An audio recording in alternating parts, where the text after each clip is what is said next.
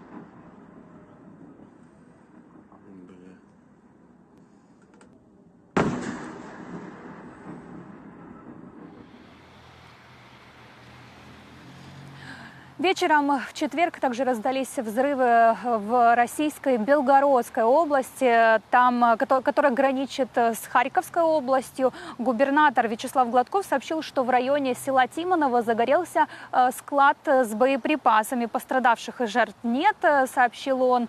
Глава округа вывозит жителей близлежащих сел на безопасное расстояние. Причина пожара, по его словам, еще устанавливается.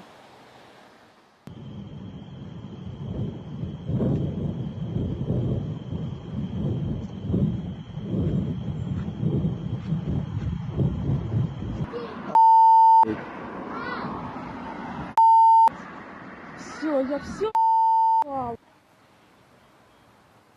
Из ствольной артиллерии этой ночью российская армия обстреляла и город Никополь в Днепропетровской области. Я же напомню, что этот населенный пункт находится прямо напротив ныне оккупированного города Энергодар. Ну а в Энергодаре, в свою очередь, располагается и также сейчас оккупированная Запорожская атомная электростанция. В своем вечернем обращении президент Владимир Зеленский снова призвал российские войска вывести с территории Запорожская АЭС, которая является крупнейшей в Европе. Россия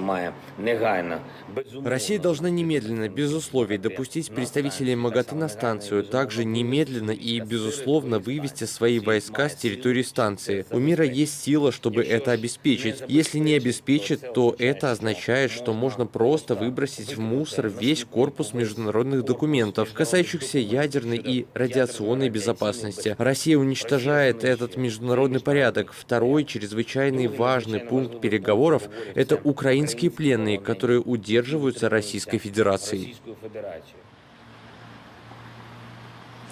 По последним данным Американского института изучения войны, в российском Минобороны готовят провокации для того, чтобы в будущем обвинить украинскую армию в атаке на Запорожскую атомную электростанцию. Ну и в свою очередь, после встречи вчерашней с президентом Турции Реджепом Эрдоганом, президент Владимир Зеленский напомнил о том, что переговоры с Россией возможны только после того, как она выведет свои войска с территории Украины. Студия. Марин, спасибо большое. Действительно, да. Переговоры с Россией возможны после того, как она освободит все оккупированные территории, причем не только те, которые захватила с 24 февраля, но и те, которые захватила с 2014. Марина Ступак, наша коллега, которая находится в Киеве, рассказала нам о том, что происходило этой ночью и в ближайшие часы в Украине. Фільтраванне, допыты, дарога даўжынёй у суткі замест звыклых 4 гадзінаў. У Запорожжа, што за 40 кіламетраў ад лініі расійскай акупацыі, пачалі масава эвакуявацца жыхары Херсону. У горадзе адкрылі нават спецыяльны хаб. У ім размяшчаюць людзей, якія выехалі з гарадоў, акупаваных расійскімі салдатамі Херсонскай вобласці. Штодзень сюды прыязджаюць прыкладна 700 чалавек. Куды людзі едуць далей, як арганізоўваюць свой побыт, аб гэтым раскажуць нашыя запорожскія калегі. Де ваше місце? Наши, вот это мои 4 детей, тут я. Многодетная мать из Херсона сейчас обустраивает места для себя и 4 несовершеннолетних детей. Ночью женщина приехала в Запорожье из оккупированного города на юге Украины. Уже практически все повыезжали оттуда. Большинство выехали. Накормили, напоили, спать уложили. Сюда семья добиралась вместе с земляками и волонтерами около суток. До оккупации дорога занимала всего 4 часа. Ирина говорит, устали физически, но больше морально. В фильтрационных пунктах на блокпостах российские солдаты выворачивают сумки, проверяют телефоны и восстанавливают даже удаленную информацию об Украине. Последние 5 месяцев жизни в оккупации тоже отразились на психике. Патрули постоянные, много военных русских. 40-летняя Ирина с детьми остановилась в хабе, в котором запорожцы принимают жителей Херсонской области. Здесь около 500 койко-мест. Волонтер хаба Ольга Бабижева говорит, среди тех, кто бежит от войны, сейчас больше всего херсонцев. В день их сюда приезжает по 700 человек. Большинство надолго в Запорожье не задерживаются. Дивимся їхні потреби. Смотрим на их потребности, что человеку нужно. Дальше мы формируем списки, кто на утро отправляется на эвакуационный поезд, отправляем. Відправляємо людей на евакуаційний поїзд. Ирина с детьми тоже планирует ехать дальше, в Польшу. Тем временем в Запорожье продолжают прибывать переселенцы из оккупированных территорий и населенных пунктов, где идут боевые действия. За сутки в город эвакуировались 1645 переселенцев. Из них 486 – дети. Мария Александрова, Иван Шпак, Белсат. Запорожье, Украина. Тым часам, шановнае спадарства, паводле апошняй інфармацыі, Владимир Путин збіраецца прыехаць на саммит G20 на Бали. В принципе, не кепско, правда? Самое цікавае, что... Раньше разгорелся скандал, что не все хотели его видеть. Дакладна на Бали. так. Але тым не менш, вось зараз гэта інфармацыя пацвярджаецца. Больш за тое, сваю прысутнасць пацвердзіў і таксама старшыня Кітайскай Народнай Дэмакратычнай Рэспублікі Сі Цзіньпін. Вось, а раней дарадца главы прэзідэнцкай кампаніі Михаил Падаляк заявіў, што пры прысутнасці Владимира Путина магчыма, што і Владимир Зеленскі прыедзе на гэты саммит, а таму, калі так здарыцца, гэта стане, я думаю, цэнтральнай палітычнай падзеяй і магчымасцю для абмеркавання. Ну да, будет интересно. Будет интересно. И Протяга позиция того, что США какая, как это вообще все будет выглядеть, как они все усядутся за одним столом.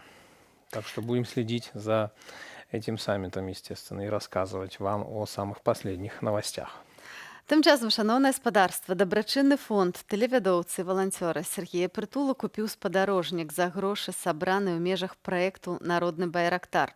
Фонд сабраў на ударныя беспілотнікі ажно 600 мільёнаў грыўняў. Аднак турэцкая кампанія «Байкар» пастанавіла іх перадаць Украіне бясплатна.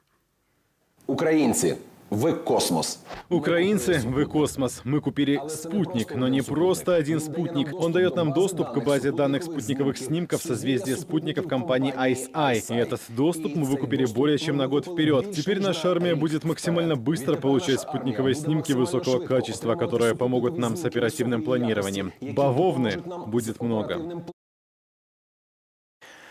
Ну, более подробно о возможностях этого спутника узнаем у сотрудницы фонда Сергея Притулы. Мария Писаренко с нами уже на связи. Доброе утро. Добрый ранок. Мария, ну это неверагодная навіна. Замест байрактараў атрымаліся не толькі байрактары, але яшчэ і спадарожнік. То бок вы просто перавыканалі план. Вось, якія адчуванні і што дае вось вам гэты досвед? І наколькі цяжка было вось даваліся гэтыя рашэнні?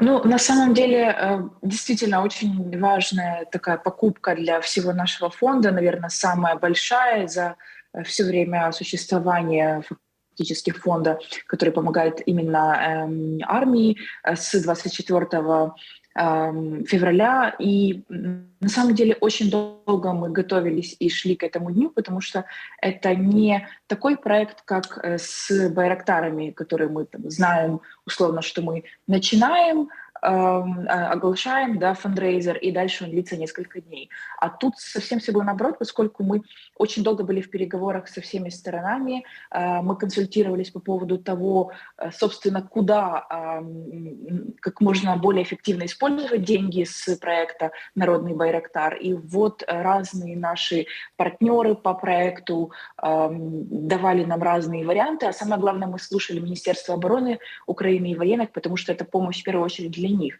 И вот нам подбросили такую идею, можно сказать, что на самом деле это большая проблема получения спутниковых снимков, потому что Украина не получает их достаточно быстро, так как хотелось бы, и, в общем-то, и цена этих снимков, которые мы до нынешнего момента получали, довольно большая, и не такая оперативность, как хотелось бы. И вот нам говорят, что спутник может быть таким интересным вариантом, рассмотрите это. Мы выслушали разные предложения нескольких компаний, остановились на вот этом вот спутнике, собственно, который мы купили, финско-польской компании ICEYE. У них достаточно хорошая экспертиза в этой сфере и, в общем-то, параметры спутника, которые нам подходят. У них есть спутники именно в этом регионе, над Украиной, и поэтому остановились именно на этом. Но на самом деле сам процесс покупки длился очень долго. Если помните, то закончился наш проект «Народный байрактар» мы огласили об окончании 25 июня, и вот вчера было, какое у нас там, 18 да, августа, все это время понадобилось для того, чтобы сделать все нужные операции, чтобы подписать все документы. Это очень длительный процесс, и на самом деле мы в фонде все очень рады тому, что наконец-то нам удалось его завершить еще и с таким успехом, и что у Збройних сил України буде цей супутник, який буде допомагати, як ми говоримо в Україні, нищити русню. Ну, спутник это звучит гордо, даже я бы сказал солидно. А, во-первых, можно ли как-то еще использовать его функции, кроме снимков? И, во-вторых, ну, может быть, давайте как-то более детально объясним, как это вообще процедура выглядела. То есть физически ли вы приобрели спутник, или же это просто как-то доступ, приобретенный к спутнику? То есть что еще могут получить вооруженные силы Украины благодаря этому? Хочу сразу уточнить, что мы купили и спутник, и подписку на данные более чем на год. То есть условно это как вроде бы вы покупаете большой телевизор и покупаете подписку на спутниковое телевидение. Да, на Netflix, вот именно. То есть подписка на Netflix у вас может закончиться, но телевизор у вас никто не заберет, он ваш. И поэтому, что на нем там будут показывать, вы будете выбирать, оплачивая эту подписку. Фактически точно так же и с этим спутником, только история в том, что там не Netflix будут показывать, а где же там оккупанты стоят на нашей территории, и будут это показывать с помощью радарного наблюдения. Этим отличаются эти спутники ICEYE, то есть это не оптический спутник. Плюс именно такого варианта спутника в том, что мы будем получать качественные изображения независимо от погоды, то есть даже вопреки туману или тучам, то есть это все не вредит, никак не повлияет на качество и на раздельную здатность этих фотографий. А точность довольно-таки, скажем так, нас очень порадовала, то есть вооруженные силы Украины будут видеть очень качественно, где же там оккупанты, как их можно выгонять оттуда. То есть теперь у ЗСУ есть и спутник, и доступ к информации, к снимкам с целого созвездия спутников, которыми управляет ICEYE именно в этом регионе. То есть это такая двойная, скажем так, выгода для Збройных сил Украины. Ну и если так вкратце говорить о том, как этот спутник нам поможет, очень много шутили в соцсетях, что давайте сделаем сбросы на спутник и будем, в общем, уже непосредственно уничтожать оккупантов со спутника. Немножко не так это работает, но базовый принцип такой. Видишь больше оккупантов, видишь качественнее, где же они там находятся, и проще будет их уничтожать. Ну, вот одного вот этого спутника достаточно уже для того, чтобы как-то переломить ход войны, или, может быть, громко сказано, переломить ход войны, но в любом случае достаточно, чтобы вот попасть во все потаенные места, где могут находиться российские оккупанты, или же хотелось бы, чтобы еще появилось там 1-2 таких спутников? І наколькі гэта азначае, што вы перастанеце карыстацца, я маю на ўвазе ЗСУ, іншымі спадарожнікамі, якія ўсё ж такі ёсць і выконваюць сваю працу таксама над тэрыторыяй Украіны? Это все нам расскажут и покажут военные представники Збройных сил Украины. Пользоваться непосредственно управлять со стороны Украины этим спутником будет Главное управление разведки. И вот этот вопрос, это уже к ним, то есть они говорят, сколько возможностей этого спутника будет хватать, но должна вам сказать, что действительно по той информации, которая есть у нашего фонда, и по тем переговорам, которые очень долго и много этапов происходили все это время, собственного спутника у Збройных сил Украины до нынешнего момента в их распоряжении не было. Поэтому, насколько переломит, не переломит ход боевых действий, мы посмотрим, но это существенная помощь, и мы очень рады, что нам удалось помочь вот таким вот образом, довольно неожиданным, то есть это не то, что мы раньше делали, такой первый раз. И по отзывам, по тому, что мы слышим от военных, с которыми контактировали, в том числе и от военного руководства, это действительно существенная помощь, и они будут нам и, в общем-то, всем украинцам рассказывать, насколько она существенная, чуть-чуть со временем. То есть они начнут уже пользоваться. Марія, я хотіла ще вас запитати про те, знаємо. Про те, ваш фонд робить просто неверагодные речи, абсолютно космічные уже теперь офіційно можна сказати.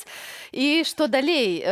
Ці вже маєте нейкую наступную мету, на що будете збирати, яким чином збираєтеся допомагати своїй країні перемагати у гэтай війні? Ну, дякую вам за эти слова, бо на самом деле действительно очень большая наша команда работает все это время с 24 числа без там, каких-то выходных, спуску и так далее. И ну, на самом деле мы понимаем, что даже при том, что мы реализовываем такие большие проекты, у нас постоянно идет более мелкая такая операционка, как мы ее называем. Это покупка дронов, покупка тактичной медицины, машин, засоби зв'язку, то есть это рации, станции, ретрансляторы. Это оптика спостережна. То есть это все надо постоянно. И мы постоянно занимаемся и сбором на такие, скажем так, более мелкие, но не менее важные вещи для Збройных сил Украины. А по поводу больших сборов в ближайшую спутника. Ну а какие еще у нас будут сборы, вы скоро узнаете. Пока что не спутник, но тоже будет масштабно и так, что это существенно поможет Збройным силам Украины.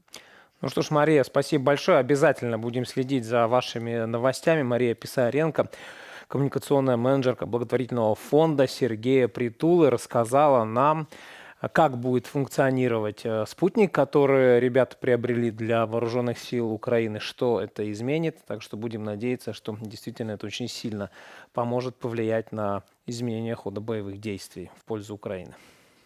Гвалт. Так і запомнілі знаходжання расійскіх войскаў у пасёлку Замглай Чарнігаўскай вобласці мясцовыя жыхары.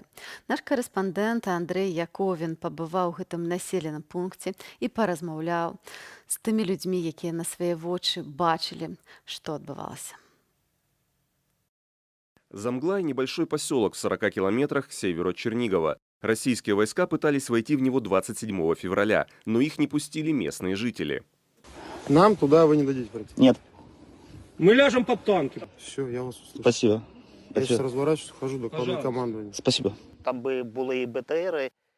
Были БТРы, техника, которая возила солдат, бензовозы. По словам поселкового старосты, те подразделения, которые пытались войти в Замглай, вели себя необычно и давили на жалость. Такую тактику вежливых людей, по примеру аннексии Крыма, говорит Александр, использовали российские войска в марте 2014-го. До нас приехали те подразделения. К нам приехали те подразделения, где были нарисованы круги. Это был приказ зайти в поселок. Они хотели проверить ангары бывшего ПТУ, они хотели уничтожить вышки мобильной связи, что им и удалось, для того, чтобы не было мобильной связи. Около 20 тонн песка. Отбив первую попытку вторжения, местные начали сооружать ограждения на дорогах, которые ведут в поселок. Из актива района была сформирована переговорная группа. В переговорной группе мы встречались. В переговорной группе мы встречались с полковником, который с самого начала представился комендантом района. Позывной у него был «Закон», и носил он шеврон не с флагом России, а с флагом СССР, красный флаг с серпом и молотом. На встречах с представителями российских военных Александр увидел, как работает пропаганда. Сами приезжали, ставили камеру. Они сами приезжали, ставили камеру рядом. Мы вызывали скорую помощь, и они носили на руках к скорой помощи больных и пожилых людей. Все это снимали на камеру. Мы понимали, что это постановочные трюки. Практически месяц, с 27 февраля по 24 марта 2022 года поселок жил в оккупации. Местные жители говорят, насилие началось параллельно с активными действиями военных украинской армии.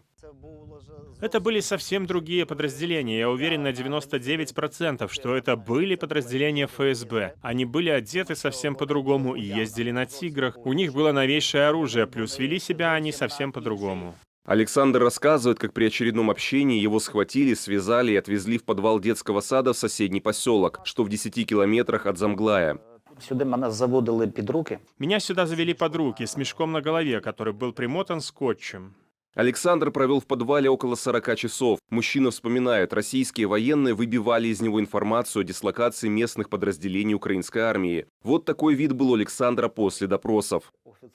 Какой-то офицер ногой ударил меня в грудь. Я упал вместе со стулом. Потом начали бить уже ногами. Сидишь, а тебя военный постоянно бьет ногой. Оно больно, но терпимо. Я не понимал, почему они так долго это делают и зачем. Но через полчаса понял, что это не просто так. Ноги опухают, ты не можешь двигаться, ты не можешь ходить. Ты просто сидишь и все. Спустя 5 месяцев после оккупации и тщательной уборки помещения здесь все еще стоит мрачная атмосфера. Сколько через нее прошло людей, никто не знает. Александр говорит, не верил, что выйдет из пыточной на своих двоих, но жизнь ему спас Афганистан. В конце 80-х он служил там в погранвойсках. Когда мужчина сказал об этом, избиения прекратились. Я им казав. Я им говорил, представился как сержант КГБ СССР. И они полминуты не могли понять, что это может быть. Дело в том, что в советское время пограничные войска были в подчинении КГБ СССР. Украинские войска вытеснили российские части с Черниговской области в начале апреля. Сейчас местные живут в условиях частых воздушных тревог. Андрей Яковин, Белсат, Замглай, Украина.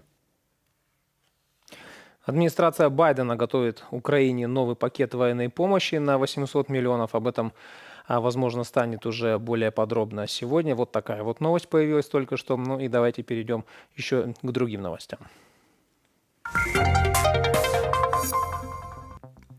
Президенты України і Турції зустрілися напередодні в українському Львові. Владимир Зеленський назвав візит Реджепа Ердогана в Україну важким меседжем для підтримання з боку такої могутної країни. Політики обміркували удосконалення збожевої ініціативи, ситуацію вокруг Запорізької атомної електростанції і ядровий шантаж з боку Кремля, а так само питання оборонного взаємодіяння. Затим трьохбакові перемови президента Володимира Зеленського, Реджепа Ердогана, а так само генерального секретара ООН Антоніо Гутерриша адбыліся ў закрытым рэжыме і працягваліся 40 хвілінаў. Россия готовит дезинформацию об атаке вооруженных сил Украины на Запорожскую АЭС, прогнозируют военные аналитики. Они также указали на то, что накануне впервые за 1,5 месяца не было заявлено о российских территориальных достижениях в Украине, хотя предпринимались попытки ограниченных и безуспешных наступлений на восточном направлении. Российские источники сообщили о взрывах по всему Крыму в минувшие сутки, а также о сбитом беспилотнике у Керченского моста. США ўзмацняюць вайсковую дапамогу для Украіны. Адміністрацыя прэзідэнта Джо Байдена вылучыць на гэта дадаткова каля $800 мільёнаў, паведамляе агенцтва Reuters, спасылаючыся на свае крыніцы. А то сцвярджаюць, што Байден санкцыянуе дапамогу, выкарыстоўваючы прэзідэнцкія паўнамоцтвы для скарачэння выдаткаў. Гэта дазволіць перадаць збройным сілам Украіны лішку зброі запасаў Злучаных Штатаў Амерыкі. Ананімныя асобы дадалі, што кошт камплектаў зброі может еще измениться. Также власти США пообещали увеличить поставки вакцины против оспы обезьян на 1 800 000 доз. В целом количество заболевших в Штатах превысило уже 13,5 тысяч человек. Американская администрация обеспокоена стремительным распространением этого вируса на фоне нового всплеска ковидной инфекции. По данным Всемирной организации здравоохранения, за последнюю неделю заболеваемость коронавирусом в мире повысилась на 33%. На працягу ўсяго ліпеня 6 найбуйнейшых краінаў Еўропы не прапаноўвалі ўкраіне ніякіх новых двухбаковых ваенных абязательстваў. Так піша уплывовае выданне «Палітыка». Гэта здарылася ўпершыню ад уварвання Расіі ў лютым гэтага году. Ці гэты факт сведчыць пра тое, што, нягледзячы на гістарычныя змены ў еўрапейскай абароннай палітыцы, ваенная дапамога Украіне можа змяншацца нават тады, калі Кіеў пачынае вырашальнае контрнаступленне. Гэта все абмяркуем з нашым наступным госцем Фёдорам Веніслаўскім, сябрам Камітэта Верховнай Рады Украіны па пытаннях нацыянальнай бяспекі, абароны і разведкі, які ўжо зараз далучаецца да нашага эфіру. Добрай раніцы. Доброе утро. Вітаю вас. Доброе утро. Вось наколькі вас здзівілі дадзеныя, якія апублікавала выданне «Палітыка» наконт зменшэння вайсковай дапамогі Украіны з боку еўрапейскіх краінаў? Говорить о том, что на данный момент имеет место уменьшение военной помощи Украине, не совсем корректно. И Соединенные Штаты Америки, Польша, Англия, Великобритания, они поставляют Украине достаточное количество вооружений, которые помогают нам освобождать нашу землю. Что касается иных европейских государств, то с начала войны говорить о том, что было какие-то большие поставки, к сожалению, оснований нету. Были фрагментарные поставки, которые продолжаются, несмотря на то, что вы отметили новых соглашений о поставке вооружения, таких, которые заслуживают нам внимания или о которых можно говорить нет, но тем не менее процессы идут, поэтому Украина имеет достаточное количество вооружений, и в ближайшие месяцы она будет еще их получать.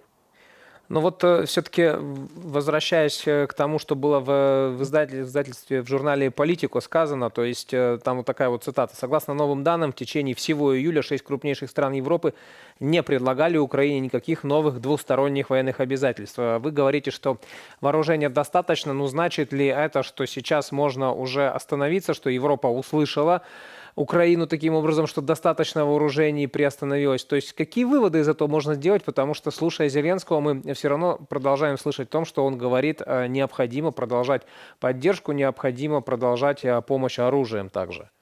Оружие, которое помогло бы нам освободить нашу землю, конечно же, Украине всегда будет необходимо.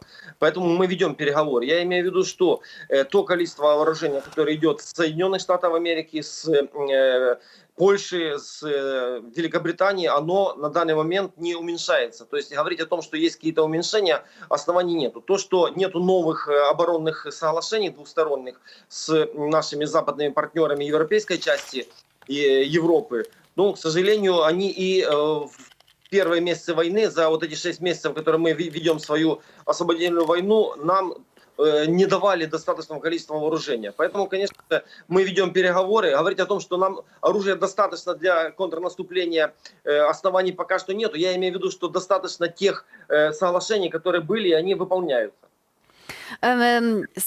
Спадар Фёдор, а ці гэта азначае, што зараз Кіеў найбольш разлічвае менавіта на Злучаныя Штаты Амерыкі? Гэта галоўны партнёр, які пастаўляе фактычна зброю вам і дапамагае развіваць контрнаступ? С первых месяцев войны, с первых дней войны у нас есть несколько главных, ключевых, фундаментальных, стратегических партнеров, которые помогают Украине противостоять российской агрессии, в том числе обеспечивая, помогая нам вооружением. Это Соединенные Штаты Америки, это Республика Польша, это Великобритания. Также сюда частично можно отнести и иные страны, Канада, Австралия, но тем не менее первая тройка, она является лидерами, и они не уменьшают количество тех вооружений, которые они нам предоставляют. И ваш анонс, что буквально сегодня принято решение о выделении очередного транша $800 миллионов военной помощи, этому подтверждение. Ну и кроме того, нужно помнить или напомнить, вернее, что закон о ленд-лизе в ближайшие месяцы вступит в действие, и он предусматривает тоже очень большой объем военной помощи для Украины. Хорошо, давайте паразмаўляем яшчэ пра тое, што адбылася учора ў Львове і наколькі вось гэтая сустрэча з Эрдаганам і Гутэрышам, яна таксама звязаная ў пэўным сэнсе з тым, што еўрапейскія краіны не так актыўна хочуць пастаўляць ва ўкраіну зброю. Ну, я бы не связывал эти два события или две проблемы, два направления. Вчерашняя встреча во Львове, она была прежде всего приурочена, присвящена продовольственной безопасности мира, продолжению экспорта украинского зерна при помощи Организации Объединенных Наций и Турецкой Республики. Но тем не менее в рамках закрытых переговоров не исключено, что обсуждались и военные вопросы. Поэтому говорить о том, что Украина сейчас через те встречи, которые вчера произошли, ищет какие-то альтернативные возможности, это не совсем корректно. Добра, ну мы гэта таксама маем на ўвазе. Тады ці можна звязваць в пэўным сэнсе тое, чаго чакаецца сёння, тое, пра што паведамляецца выведка украінская, пра магчымыя атакі на Запорожскую атамную электрастанцыю. З чым вы гэта звязваеце? Ці гэта хутчэй звязана з тым, што Украіна рыхтуецца таксама да святкавання Дня незалежнасці 24 жніўня, і вось Расія спрабуе ну, зрабіць такі падарунак своеасаблівы. І ці вы лічыце, што гэты сцэнар верагодны на дадзены момант? Ну, к сожалению, исключать любые террористические действия со стороны оккупационной российской власти мы не можем. Более того, за все время войны, за 6 месяцев войны, мы видели, что предупреждение России, предупреждение пропагандистов России о каких-то провокациях, которые вроде бы или якобы готовятся украинской властью, это означает, что Россия сама готовит соответствующие провокации. Поэтому, когда Россия в первые дни войны захватила Чернобыльскую атомную станцию, Запорожскую атомную станцию, она уже себя поставила за рамки всего цивилизованного мира. Она нарушила не только нормы международного права, но и вообще нормальные нормы морали и нормы этики, которые касаются невозможности применения ядерного шантажа. В данном случае Россия своими действиями подтверждает, что она является государством-террористом, который использует любые возможности для того, чтобы шантажировать весь цивилизованный мир теми либо иными способами. И в данном случае фактически использование в качестве заложника, условно говоря, Запорожской атомной станции, размещение вокруг Запорожской атомной станции вооружения, тяжелого вооружения, это подтверждает, что Российская Федерация может и спровоцировать ядерную катастрофу фактически в центре Европы на наибольшей атомной станции. И вчерашняя встреча с Эрдоганом и с генсеком ООН, она также была присвячена тому, что необходимо сконсолидировать международные усилия для того, чтобы демилитаризировать зону вокруг Запорожской атомной станции. Но тем не менее Россия откидывает любые предложения об выводе своих войск с территории атомной станции. Ну, вот видим, что сложная на данный момент, вообще, наверное, можно сказать, тупиковая ситуация вокруг ЗАЭС сложилась, потому что Россия, понятное дело, пока что не идет ни на какие там уступки, не готова ни к какому диалогу. Зима приближается, в Европе это достаточно актуальный вопрос. Сейчас уже принимаются такие локальные законы, как перезимовать, понижение температуры, ограничение газа. Тут мы видим опять на фронте переносится контрнаступление. Значит, Европа снижает в поддержку военную, тормозит как бы снабжение. Вот на ваш взгляд, все-таки как вот это вот все повлияет на ближайшие месяцы на ситуацию? Я уверен, что это коренным образом или решающим образом не повлияет на нашу борьбу за освобождение нашей территории. Украинские войска в нужное время, в нужный момент, в нужном месте нанесут определенные удары для того, чтобы освободить территорию, оккупированную от рашистов. Поэтому говорить о том, что каким-то образом международное отношение к Украине, к войне Украине усложнит, либо сделает более как бы длительным процесс освобождения территории Украины, я думаю, что, возможно, такая связь есть, но прежде всего все зависит от наших вооруженных сил. Наши вооруженные силы готовы к любому развитию событий. Я думаю, что мы продемонстрируем в ближайшие месяцы эффективность освобождения украинской территории от рашистов.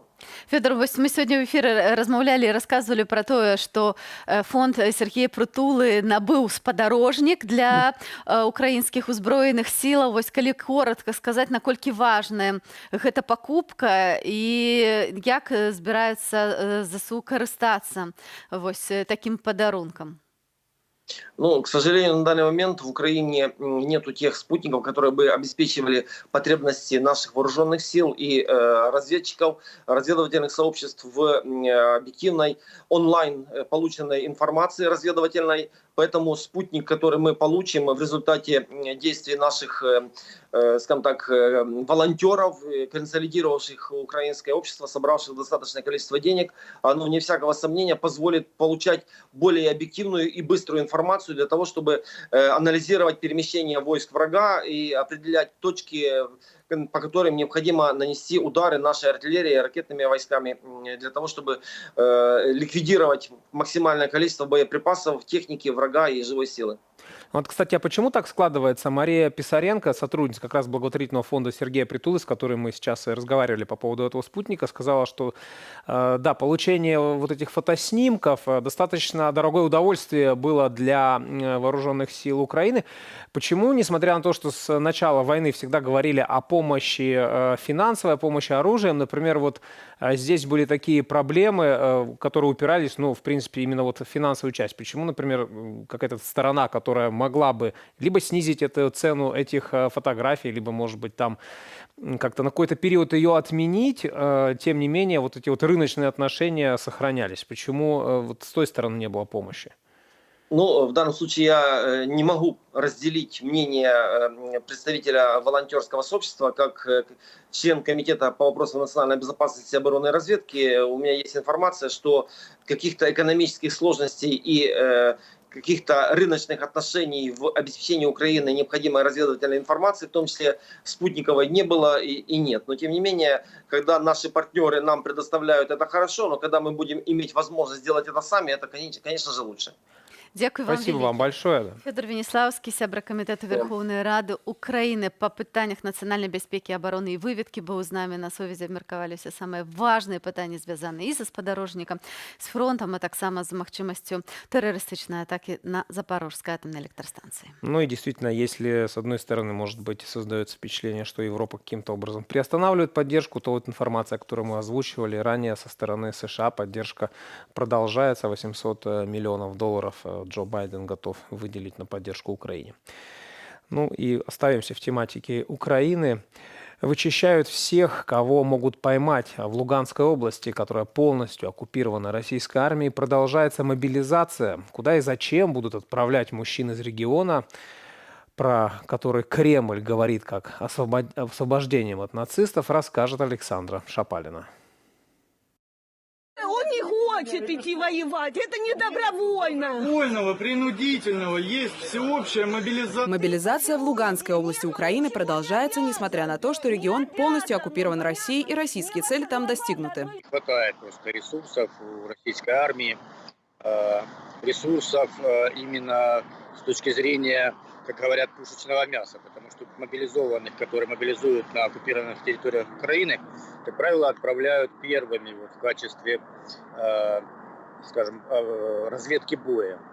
То есть их даже не снаряжают, не экипируют, как правило, для того, чтобы они первые шли, вызывали на себя огонь украинских войск. Российская артиллерия фиксирует места, откуда ведется огонь, и, соответственно, реагирует.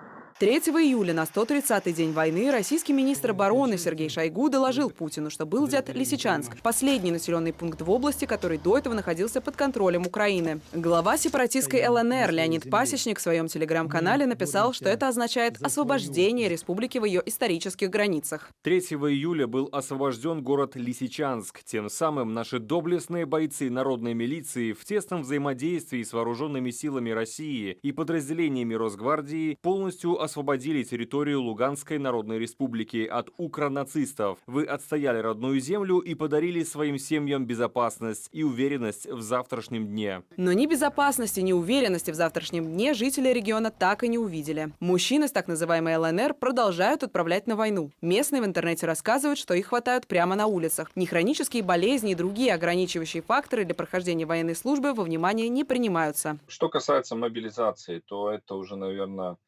возможно, какая-то последняя волна мобилизации, потому что берут уже всех, кривых, косых, и старых, и совсем юных. Всех загребают, потому что потери у них большие, действительно. Уже творчески подходят к процессу мобилизации. То есть, например, приезжают к дому многоэтажному, оцепляют его, говорят, что утечка газа, и идут по всем квартирам проверять якобы газ. Если находят мужчину, его просто забирают в военкомат. Одного из жителей захваченной России Луганской области забрали прямо от детского сада, когда тот пришел за своей дочерью. Домой пойдешь, не будешь играть. Что вы делаете? Больно! Мне больно делать! Мне больно делать! Вы снимаете? Да.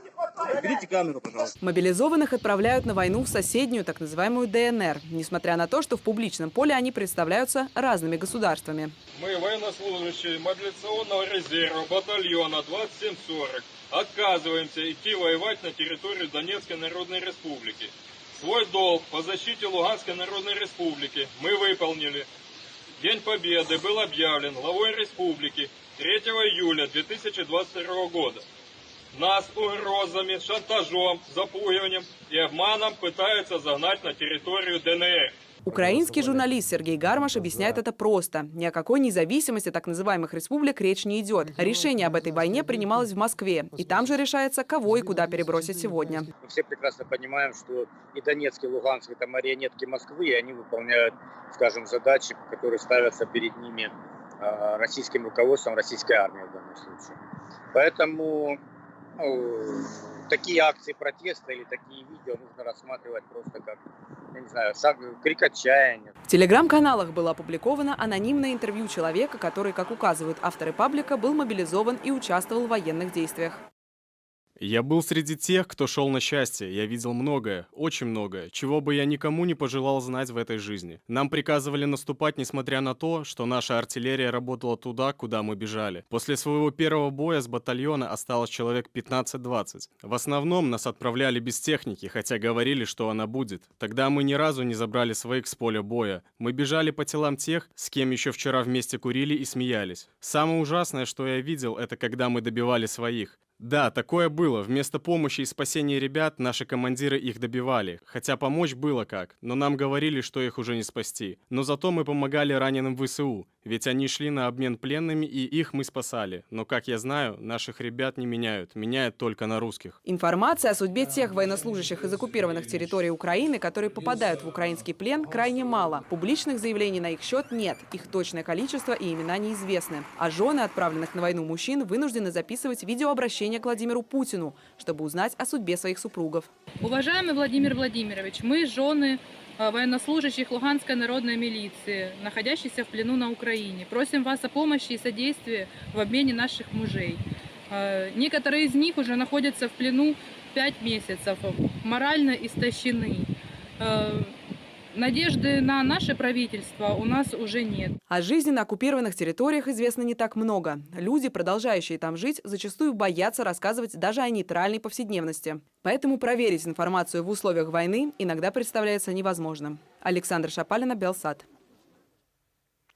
Ну вот пока в самопровозглашенных республиках хватают на улицах кого удается схватить и кидают на фронт, Украинская Рада предлагает расширить категорию мужчин, освобожденных от военной службы, и предлагается, чтобы те военные, у кого 3 несовершеннолетних детей до 18 лет, были освобождены от службы, а также если 3-й ребенок появился во время прохождения службы, то по желанию военный может демобилизоваться. Сейчас такой возможности нет.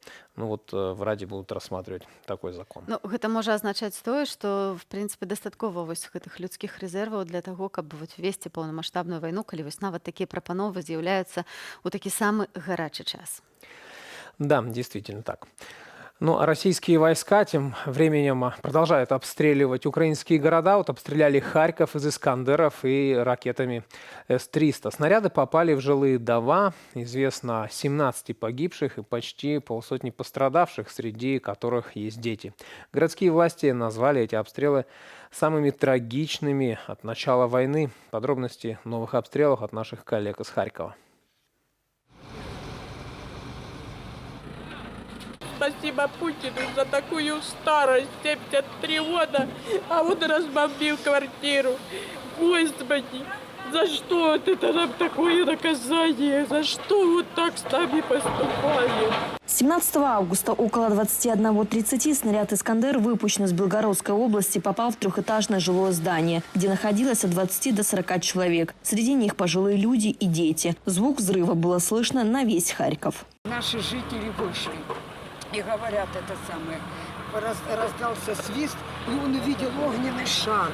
Большой огненный шар летел. И как только он пролетел, этот огненный шар и взрыв, ему на голову посыпалась земля. На месте попадания ракеты начался пожар. Здание было полностью разрушено. Около 20 человек получили ранения. Из-под завалов спасатели достали тела 12 погибших мирных жителей. Аварийно-спасательные работы продолжаются, ведь под обломками могут быть еще люди. В момент прилета мы звука не слышали, но когда это все произошло, был просто смрад, пыль, гарь, вонь и больше ничего. И как мы выбрались, мы не понимали сами, мы как-то выцарапались, вышли на улицу. А теперь выгребаем вот это вот добро от российского мира. Ракетные удары по Харькову продолжились утром 18 августа. Под удар российских оккупантов попали жилой дом и депо в Слободском районе города. Тут армия России использовала снаряды зенитной ракетной системы С-300. Продолжаются аварийно-спасательные работы в Слободском районе. Там ракеты попали в жилое 4-этажное здание. Там также под завалами оказались люди. К сожалению, 3 погибли. Среди них 11-летний мальчик. И 17 человек пострадало. Всего после ночных и утренних обстрелов госпитализировали 25 взрослых. Один из них сейчас в тяжелом состоянии в реанимации. Также в больницах находятся 4 детей. Людей, которые остались без жилья, расселяет городская власть. Мы работаем над этим, размещаем людей, обеспечиваем всем необходимым, в том числе и вещами. Очень много под завалами документов пропало, будем восстанавливать документы. Последствия обстрелов Харькова 17-18 августа, по данным городских властей, стали самыми трагическими с начала российского вторжения. 19 августа в городе день траура по погибшим. Юлия Бойко, Белсад, Харьков, Украина. Тим часам суд у Петербурзі адмовіўся задаволіць просьбу адваката ўзняволенай у СІЗА актывісткі Сашы Скачыленка аб змене меры стрымання на хатны арышт альбо падпіску аб невыездзе. Знаходжанне ў зняволенні для дзяўчыны, якая пакутае непераносімасцю глютэна, проста небяспечна. Художницу арестовали после того, как она поменяла ценники в магазине на стикеры с информацией о войне, которую Россия ведет в Украине. Теперь ей грозит до 10 лет колонии, однако близкие боятся, что Саша может не дожить до приговора. Подробности у Марка Подберезина. Василеостровский суд Санкт-Петербурга принял решение оставить в СИЗО до 1 сентября художницу и активистку Сашу Скочеленко, которая обвиняется в распространении фейков о российской армии. Между тем, Саша страдает тяжелым неизлечимым генетическим заболеванием – целиакией, то есть непереносимостью глютена. Она не может есть обычный хлеб, макароны, крупы, которые входят в рацион питания в СИЗО. С учетом того, что еда, которую там подают, она не отвечает даже зачастую минимальным каким-то санитарным требованиям, поэтому требовать отдельную кухню, отдельную посуду, отдельную диету для Саши просто на грани фантастики. В суд были представлены заключения гастроэнтеролога и кардиолога, которые осматривали активистку в СИЗО. В бумагах сказано, что несколько месяцев пребывания в заключении в условиях стресса и без специальной диеты привели к обострению хронического заболевания сердца и развитию поражений желудочно-кишечного тракта. Вначале это напоминает симптомы пищевого отравления. Начинаются очень сильные боли в животе, тошнота, рвота, расстройство желудка. Со временем это приводит к очень тяжелым последствиям, к истощению, остеопорозу, анемии и раку кишечника, вплоть до полиорганной недостаточности и смерти. Несмотря на эти доводы и то, что вряд ли девушка может представлять какую-то общественную опасность, дожидаясь суда вне стен тюрьмы, Фемида не пошла навстречу адвокатам. Близкие не сомневаются, что после 1 сентября суд вновь продлит активистке срок содержания за решеткой. В случае Саши, мне кажется, это показное дело, чтобы всех запугать, чтобы люди боялись высказывать свою точку зрения любым образом. Поэтому все делается максимально жестоко по отношению к ней. Тем временем электронная петиция с требованием освободить Сашу набрала уже более 160 тысяч подписей. Личные поручительства в суд представили более 180 жителей Санкт-Петербурга, а знакомые художницы собрали $50 тысяч, чтобы внести залог в случае изменения меры пресечения. Я очень, конечно, всем благодарна, и просто люди, и вот то, что вот эта огласка, она очень помогает в том, что ну, как бы, что Саша не одна, и что люди, где она находится, они понимают, что нас очень много, и мы следим за этим делом. Сашу Скочеленко арестовали в апреле за то, что она заменяла ценники в супермаркетах на стикеры с антивоенной информацией. В частности, речь шла о зверствах российской армии в Мариуполе. По новой статье Уголовного кодекса, которую Госдума спешно приняла в марте, ей грозит до 10 лет заключения за так называемую дискредитацию действий военнослужащих России. Марк Подберезин, Белсат, Санкт-Петербург. І, шановне господарство, нагадаю, што вы глядзіце ранішні эфір студыі Белсат, і вось мы працягваем сачыць за ўсім тым, што адбываецца ў нашым рэгіёне, ў Беларусі, ва ўкраіне і ў Расіі. Сочым за ўсёй важнай, самай актуальнай інфармацыі, і на наступную гадзіну мы падрыхтавалі для вас таксама шмат цікавага. Сегодня выходной на Запорожской АЭС. Украинская разведка не исключает провокации и теракт. Чаму варта запісаць дзіцё ў беларускую онлайн-школу, паразмаўляем з Алесем Ласько.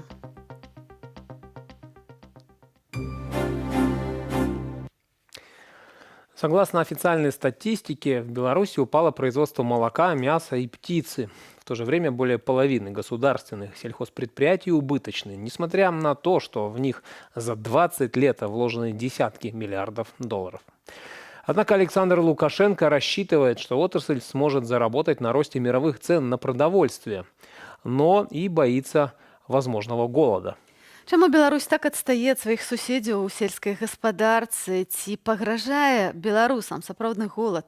І ці спраўдзяцца напалеонаўскія планы Лукашэнкі? Адказ на гэтае пытанне шукалі журналісты Белсата разам з незалежнымі экспертамі. Нужна диктатура, а у нас она есть, давайте включать ее. Давайте административный ресурс включать и заставлять делать так, как это надо. Выезд Александра Лукашенко в поля с раздачей указаний местным чиновникам стали регулярным ритуалом. Но при всем внимании, которое самопровозглашенный правитель уделяет сельскому хозяйству, результаты его работы выглядят скромно. Так в этом году снизилось производство мяса, хлеба и молока. Но Лукашенко не теряет оптимизма.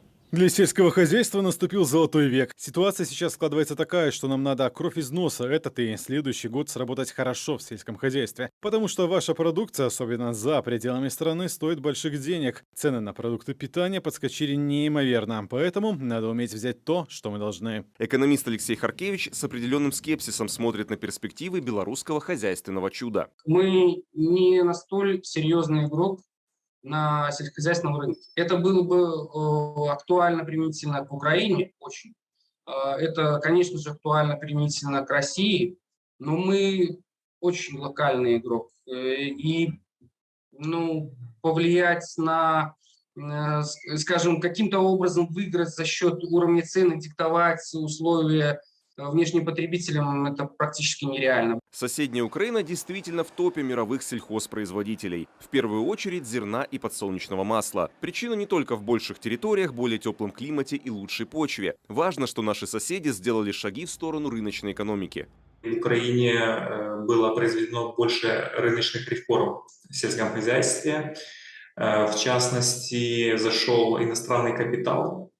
Была массовая приватизация колхозов в свое время, и, соответственно, это повысило эффективность украинского сельского хозяйства. Белорусский режим, наоборот, сделал ставку на крупное государственное хозяйство. В них за годы правления Александра Лукашенко инвестировали более 50 миллиардов долларов, что сопоставимо с госбюджетом Беларуси за 2020 год. По мнению экономистов, одна из причин провала в сельском хозяйстве – неудачная кадровая политика. Люди туда попадаются, назначаются руководителями, которых основное качество – это лояльность государству, и как бы чего не вышло, и чтобы ничего не изменялось. В сельском хозяйстве не может ничего не изменяться 20 лет, то есть технологии изменяются. Таких руководителей заботит не столько эффективность работы, сколько красивая картинка и выполнение, пусть даже на бумаге, прогнозных показателей. Был бизнес официально в Беларуси, когда люди выращивали коров для того, чтобы сдавать их в аренду сельскохозяйственным предприятиям, в которые едут с проверкой. То есть фактически показывали одних и тех же коров. И реально был такой бизнес. Деревня всегда прет из себя. Ранее колхозы считались коллективной собственностью работников, но с приходом к власти Лукашенко они полностью стали принадлежать государству. Был создан огромный сельскохозяйственный конгломерат, аналогов которому в мире и вправду не существует, объясняет экономист Алексей Харкевич. Поэтому сравнение белорусской сельскохозяйственной модели с другими странами не совсем корректное. При такой системе с голоду белорусы, конечно, не умрут, но и прогресса ожидать не приходится, считают наши эксперты. Как бы любой большой конгломерат, он неповоротлив, он не может обеспечить такое разнообразие, как куча разных мелких сельских хозяйств, которые будут специализироваться на каком-то своем одном направлении. В случае, если совсем остановятся поставки импортных продуктов, даже из России, белорусы голодными не останутся, но ухудшится качество питания, оно будет более однообразным. Валентин Василенко, Белсат. Вот пока Лукашенко грозится завалить весь мир, или, по крайней мере, всю Европу сельхозпродукцией, белорусские россияне продолжают выводить деньги за рубеж. В июне вывели 4 миллиарда 700 миллионов, что стало максимумом с начала 2018 года. А сёння ў Харкаве абвесцілі жалобу. Пра гэта напісаў у сваім тэлеграм-канале мэр Харкава Ігор Терехаў. Пішуць пра тое, што вечар 17 жніўня і раніца 18 жніўня сталі адным з самых цяжкіх для Харкава. З пачатку вайны шмат хто пагіб, яшчэ больш раненых, параненых у тым ліку дзеці. І таму вось сённяшні дзень будзе прысвечаны ахвярам гэтых налётаў расійскіх бомбаў. Демократия, права и свободы граждан в условиях войны. Нужно ли ограничивать права и какой лидер нужен сейчас Украине? Киевский международный институт социологии провел опрос среди 1000 украинцев. Об итогах исследования поговорим с политологом Алексеем Гаранем. Алексей Васильевич, доброе утро. Добрая раніца. Доброго ранку, слава Україні, живе Білорусь. Героям слава, жыві вечна. Вось тэма нашай размовы, дарэчы, такая досыць цікавая і кантраверсійная, я бы хацела сказаць. І фактычна да вынікаў гэтага даследавання ўжо шмат хто іх прэкаментаваў. Нас цікавіць вось ваша ацэнка. Адкуль ва ўкраінцах зараз вось гэтае памкненне да такой моцнай рукі і фактычна пэўнае зневажэнне дэмакратычных прынцыпаў? Бо падаецца, што акурат зараз за гэта змагаецца Украіна, за тое, каб захаваць не толькі незалежнасць, але і магчымасць быць дэмакратычнай краінай. Ну, ви абсолютно праві. Значить, українці дійсно борються за те, щоб це була вільна і демократична Україна. Розумієте, я не знаю, хто хоче перекручувати результати цього дослідження. Дивіться, згідно з результатами цього дослідження, 40% вважають, що важливо вчасно провести вільні та чесні вибори, незважаючи на війну. Так, незважаючи на війну. 40% кажуть, вільні та чесні вибори мають бути проведені вчасно.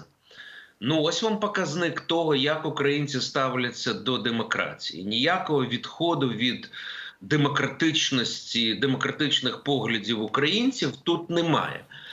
Щоправда, коли є питання про те, чи зараз ви тут говорите про сильну руку, або, як я зрозумів, білоруською це моцна рука, так? То тут запитали, ну таке досить провокативне було питання, значить, що важливіше, сильний лідер чи демократична система? Ну, 58% сказали, що сильний лідер, а 27%, ну тобто кожен майже третій, что демократичная система. А почему такой вопрос вообще появился? Как бы противопоставили вот эти два понятия, вроде бы как бы сильный лидер противопоставлен демократической системе, что подразумевает действительно провокационно, что демократическая система тогда слабее. Ну потому что вот это понятие сильный лидер, оно такое Кремлю, как правило, присуще. Это вот там всегда в России говорят сильный лидер и так далее. Абсолютно справедливо, да. Ну це питання не до нас, це питання до наших колег з КМІСу, Київського міжнародного інституту соціології. Ну, до речі, у нас з ними добрі партнерські стосунки, вони гарні соціологи, але хто їм запропонував опитати саме ні, це бачимо, хто запропонував. Дійсно, це провокативне таке трошки питання, Але дивіться, тут же питання ось в чому. Що вкладати в поняття сильний лідер? Так. Ну, дивіться, Де-Голь був сильний лідер? Сильний лідер. Маргарет Тетчер – сильний лідер? Сильний лідер. Ангела Меркель – сильний лідер? Сильный лидер. Да, но вот Зеленский сильный лидер. Можно ли мы сейчас... Можем ли мы Зеленского назвать сильным лидером? Почекайте, вони не обмежували демократію. Да? Тому я не думаю, що тут треба протиставляти. І знову ж таки, знаєте, кожен хоче побачити те, що хоче побачити. Якщо хтось хоче говорити про начебто недемократичні погляди українців, він буде виривати певні цифри. Але насправді, ну я ще раз скажу, ну дивіться, у нас зараз війна.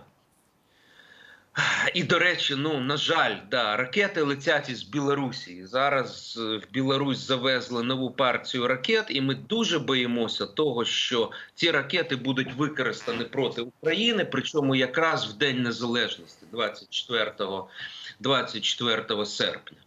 От, тому в умовах війни, звичайно, воєнний стан, звичайно, є певні обмеження. Звичайно, скажімо, зараз опозиція цілеспрямовано утримується від критиків влади. Ми намагаємося Зеленського не критикувати. Так? Але при цьому ми лишаємося демократичною країною. У нас є свобода слова. І навіть в умовах війни люди дискутують, люди критикують, люди обговорюють. Тобто, власне, два майдани українців, вони показали, що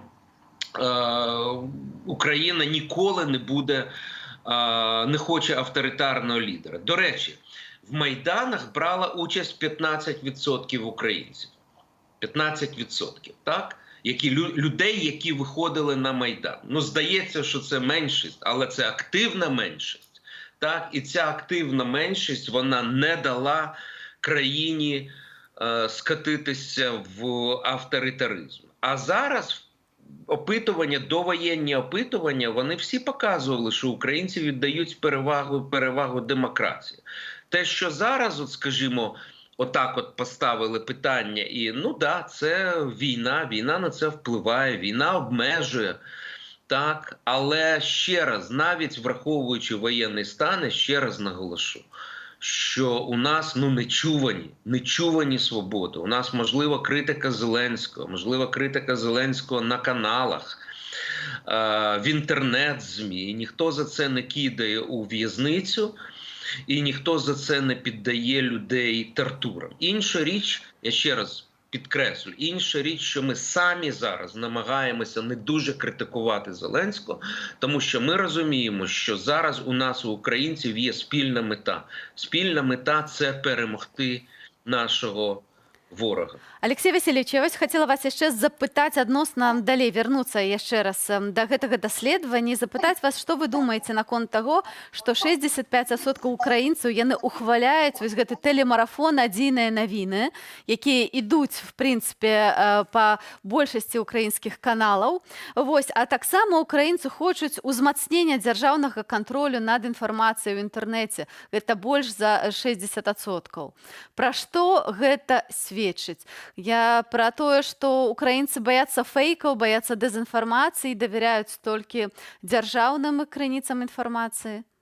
Ні, почекайте, а єдиний марафон, ви сказали, що 65%. Так що, схвалюють чи не схвалюють? Схвалюють, так. Ну, дивіться, знову ж таки, якщо говорити про єдиний інформаційний марафон, то, в принципі, ця ідея правильна, так, що канали об'єдналися задля того, щоб якби вироблялася єдина позиція. Тому в цілому ця ідея правильна. Так, ну, на жаль, скажімо, опозиційні канали до цього єдиного інформаційного марафону не підключили, але вони продовжують працювати. З певними обмеженнями, але вони продовжують працювати. Так? А якщо говорити про певні обмеження в інтернеті, ну, знову ж таки, це йдеться про ці фейки, так, які розганяє російська пропаганда. Ви розумієте, ну вони ж працюють через ботів, через ботаферми, І ми розуміємо, скільки їх в інтернеті, скільки їх фейкових телеграм-каналів і так далі. Тому тут, да, тут є певні обмеження, да, і самі інтернет-видання вони запроваджують, знову ж таки, інтернет-видання у нас продовжують вільно працювати, і вони дуже потужні, дуже популярні, але вони самі зараз дуже уважно слідкують за коментарями, самі інтернет-видання, за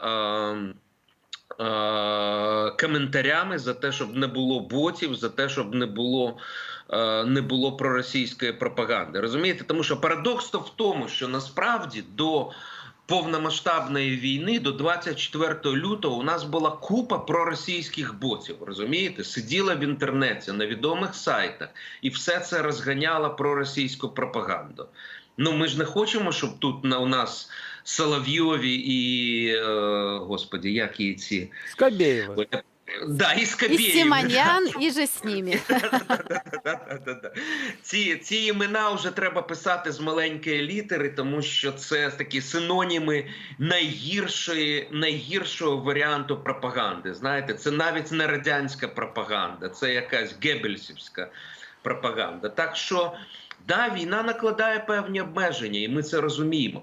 Дивіться, я про це кажу, тому що насправді я, ну, якби критично завжди оцінював, скажімо, там, Зеленського і так далі. Але умови війни, так, вони дійсно накладають певні обмеження, і, скажімо, є речі, які ми обговорюємо і висловлюємо іншу думку, але загальна думка є така, що якщо говорити про, скажімо, там, наприклад, є питання, да, чому, чи достатньо Україна була підготовлена до цієї війни. Ми якби домовилися, що ми розуміємо, що влада не все зробила для того, щоб підготувати Україну. Так? Але ми всі вирішили, що ці питання ми відкладаємо на після перемоги. Будемо їх обговорювати після перемоги. Будемо тоді аналізувати, що було зроблено, що не було зроблено, але не зараз. Ми зараз, українці, не хочуть розхитувати човен. Тому що Это це вельми, дуже... так, это вельми такая саспелая, такая дарослая позиция з пункту гледжання нації. І за гэта хіба што украінцам можна паставіць вельмі добрую адзнаку, калі гэта можна так зрабіць, вось нават на падставе гэтых даследаванняў, калі паглядзець просто бліжэй, а не выхопліваць, як вы правільна заўважылі, вось просто некаторыя лічбы, то ўсё ж таки выглядае на тое, што украінцы змагаюцца за дэмакратыю. Дзякуй вам вялікі, Алексей Васильевич Гарань з фонда дэмакратычнай инициативы долучился до нашей размовы сегодня. Взрывы на аэродроме Бельбека вблизи Севастополя, работа системы ПВО в Керчи, а также звуки сирены и воздушной тревоги. Свидетелями таких событий стали местные жители в Крыму накануне вечером. Является ли это попыткой освобождения аннексированного Россией полуострова и что по этому поводу думают украинцы? Смотрите далее в сюжете наших коллег из Киева. Его работа есть у американского миллиардера Джорджа Сороса и даже 43-го президента Штатов Джорджа Буша. Байрактар, Турция, 2 флага, крымско-татарские, тамга, трезуб. Вот мы объединили все вот в такой сюжет. Крымский татарин Рустем Скибин показывает изделия из глины, сделанные собственными руками, и расписанную посуду по авторской методике. И эти тарелки с трещинами, они также переосмысливаются, интерпретируются. «Рыба Крым», вот у меня сюжет называется. У меня одна из тарелок тоже лопнула. И мы ее разместили на 2 цветах. 2 цвета символизировало 2 моря. Азовское и Черное. Рыба 2 морей. Гончарством мужчина занимается уже 20 лет. Начинал в родном Симферополе, но в 2014 году после аннексии Крыма пришлось забрать семью и переехать в Киев. Мы начали наблюдать передвижение военной техники российской возле наших поселков. Мы организовали патрулирование, но реакции со стороны государства, силовых органов, военных мы не видели. И вот эти опасения, они были такими очень глубокими. На полуострове остались друзья Рустема. Говорят, после полномасштабного вторжения России репрессии оккупационной власти только усилились. Наш избранный орган Меджлис под запретом, преследуются люди, которые исповедуют ислам. На этом тоже они акцентируют. и очень много уже осужденных, более 150 уже заключенных, я не говорю уже там о их семьях, дети, которые страдают, там растут. А это Тимофей, который проживает в курортной Евпатории и работает администратором в гостевом доме. Покинуть место, где он родился и вырос, парень так и не смог. Мне там с Украины мои же родственники там пишут мне: вот, вы такие. Я говорю, то есть не надо всех вот под одну гребенку. То есть я за Украину. То есть я спрашиваю, я интересуюсь, как, что, я очень сильно переживаю. То есть это мои родственники с Харькова. Рассказывает, война ощутимо ударила по местным ценам на продукты питания. Буквально за несколько месяцев они стали выше, чем в самой Москве. Я тебе скажу вот насчет скумбрии. Это я вот знаю точно. У нас она стоит примерно 200-250. В Москве у меня подружка скидывает 120 рублей она по акции. Взрывы в районе аэродрома Новофедоровки и склада боеприпасов возле Джанкоя отразились и на его сфере деятельности. Сейчас очень много уезжают, снимают брони. То есть отели, гостиницы, то есть начинается как бы спад. Хотя там даже до конца сентября было все равно там занято брони. Боятся ехать в Крым, то что все переживают за Крымский мост. Алое пламя, черный дым, поднимающийся в небо, успели зафиксировать и местные жители. Мамулечка, давай, надо сваливать отсюда. На Керченском мосту сразу же образовалась километровая пробка. По заявлениях украинской разведки выехали ставленники Кремля в оккупационном Крыму Сергей Аксенов и Владимир Константинов. Покидать полуостров массово начали и россияне, выкладывая свое негодование в соцсетях. Вообще не хочу уезжать из Крыма из-за Алушты. Как здесь классно вообще. А еще озвучивают свою версию произошедшего. По первоначальной информации Минобороны Российской Федерации, причиной всему нарушение требований пожарной безопасности. Это дало повод для новых мемов. Например, горящие туры в Крым и что курить уже не модно. После же обвинили Украину в диверсии. Понятно, что они выбрали ту версию, которая полностью им развязывает руки. Нас это очень настораживает, потому что мы понимаем, что эта версия откроет дорогу к новым, более, может быть, жестоким гонениям и преследованиям крымских татар, и не только крымских татар. В офисе президента Украины причастность к взрывам не подтвердили, но и не опровергли. В одном из обращений Зеленский призвал не приближаться к складам боеприпасов и штабам россиян на оккупированных территориях. Причины выбухов на оккупированной территории. Причины взрывов на оккупированной территории могут быть разные, очень разные. В том числе, цитирую определение самих оккупантов – головотяпство. Но смысл у них у всех один – уничтожение логистики оккупантов, их боеприпасов, военной и другой техники, командных пунктов. Это спасает жизни наших людей.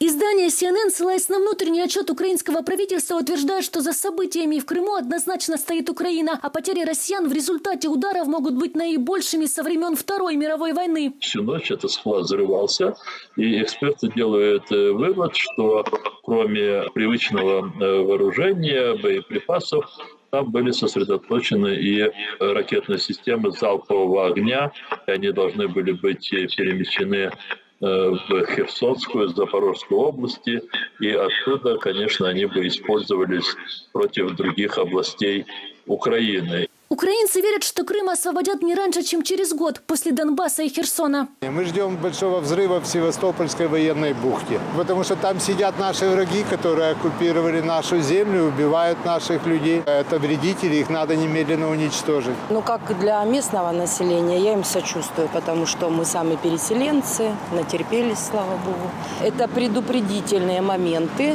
для населения, чтобы у них была возможность и время выехать, чтобы они понимали, что дальше будет продолжение. К взрывам очень положительно отношусь, потому что надо освобождать уже наши территории. Тем более взрывы же не по гражданским объектам, а по военным. Я думаю, что это давно уже надо было сделать, еще лет 8 назад. Скорейшего возвращения Крыма ждет и сам Рустем. Говорит, первым делом после освобождения полуострова поедет на родину есть с друзьями пахлаву и пить кофе. Крымские татары ждали возвращения 70 лет, и мы вернулись на родину. Поэтому мы уверены, что все будет хорошо. Сегодня мы не острова, мы материк. И Крым – это Украина. Тем временем, пока россияне перемещают свои самолеты и вертолеты вглубь полуострова, в сети появляется информация о новых взрывах. Аэродром Бельбек близ Севастополя. Перед этим сообщалось о взрывах в Керчи, где расположен Крымский мост. Юлия Макаренко, Александр Стратейчук, Белсат, Киев, Украина. Вот несмотря на то, что сегодня пятница, сегодня выходной. Ну, не везде, а на Запорожской АЭС. Российские оккупанты объявили там сегодня выходной. Это значит, что на станции теоретически должен остаться только оперативный персонал. Главное управление разведки Украины считает, что россияне могут готовить провокацию.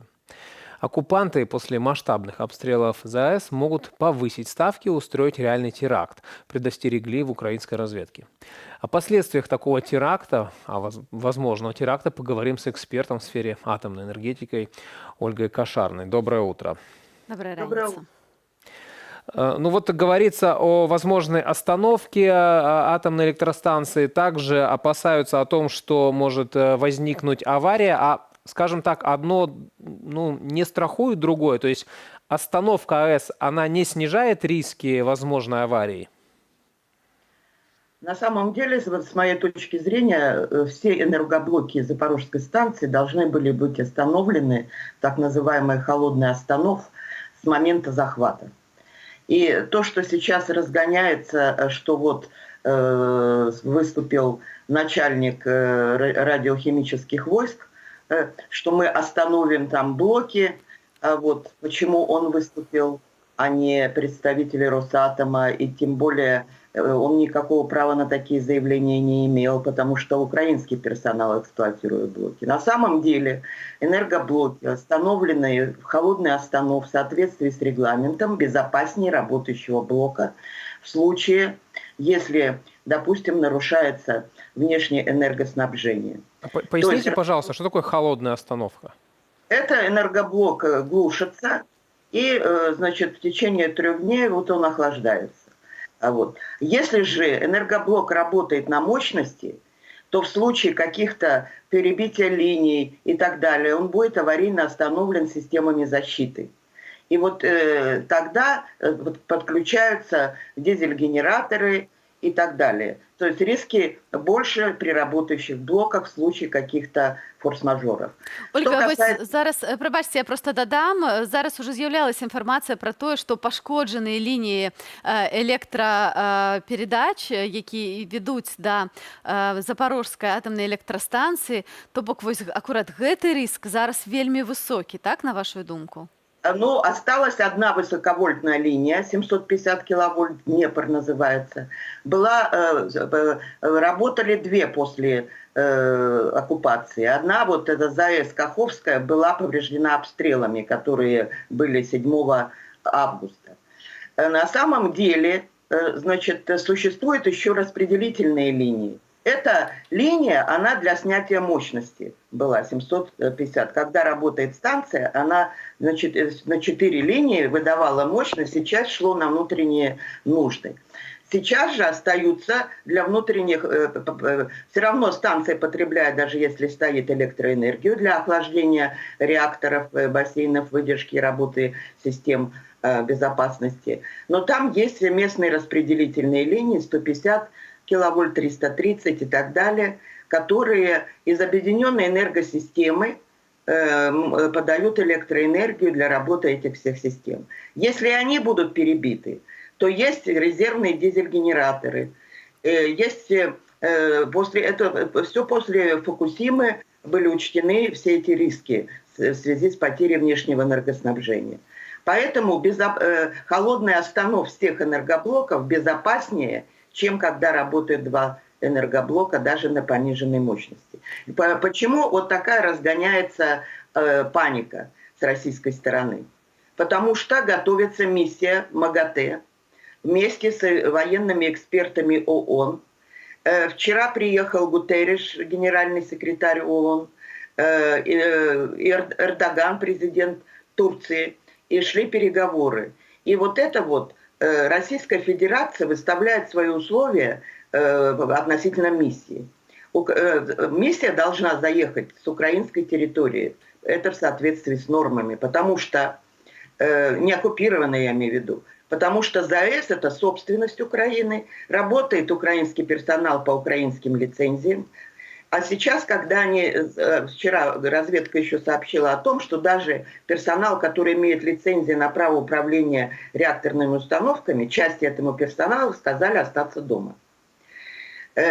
И вот этот теракт, типа, что Россия говорит, Украина готовит теракт. На самом деле все обстрелы осуществляла Российская Федерация. И то, что никто не верит этой дезинформации, свидетельствует нота вербальная в адрес МАГАТЭ 12 августа, подписанная 42 странами и Европейским Союзом. И там есть такой абзац. Мы решительно осуждаем использование Российской Федерации дезинформации как попытку, значит, прикрыть свои незаконные действия в Украине.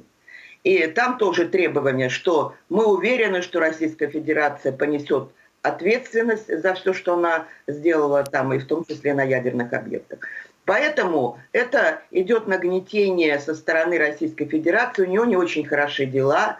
И как пишет турецкая пресса, Эрдоган якобы передал там письмо Путина Зеленскому, что ему нужны переговоры, потому что на фронте дела не очень, в Крыму взрываются базы, аэродромы, ему нужна передышка и фиксирование статус-кво по территориям, которые оккупированы Российской Федерацией.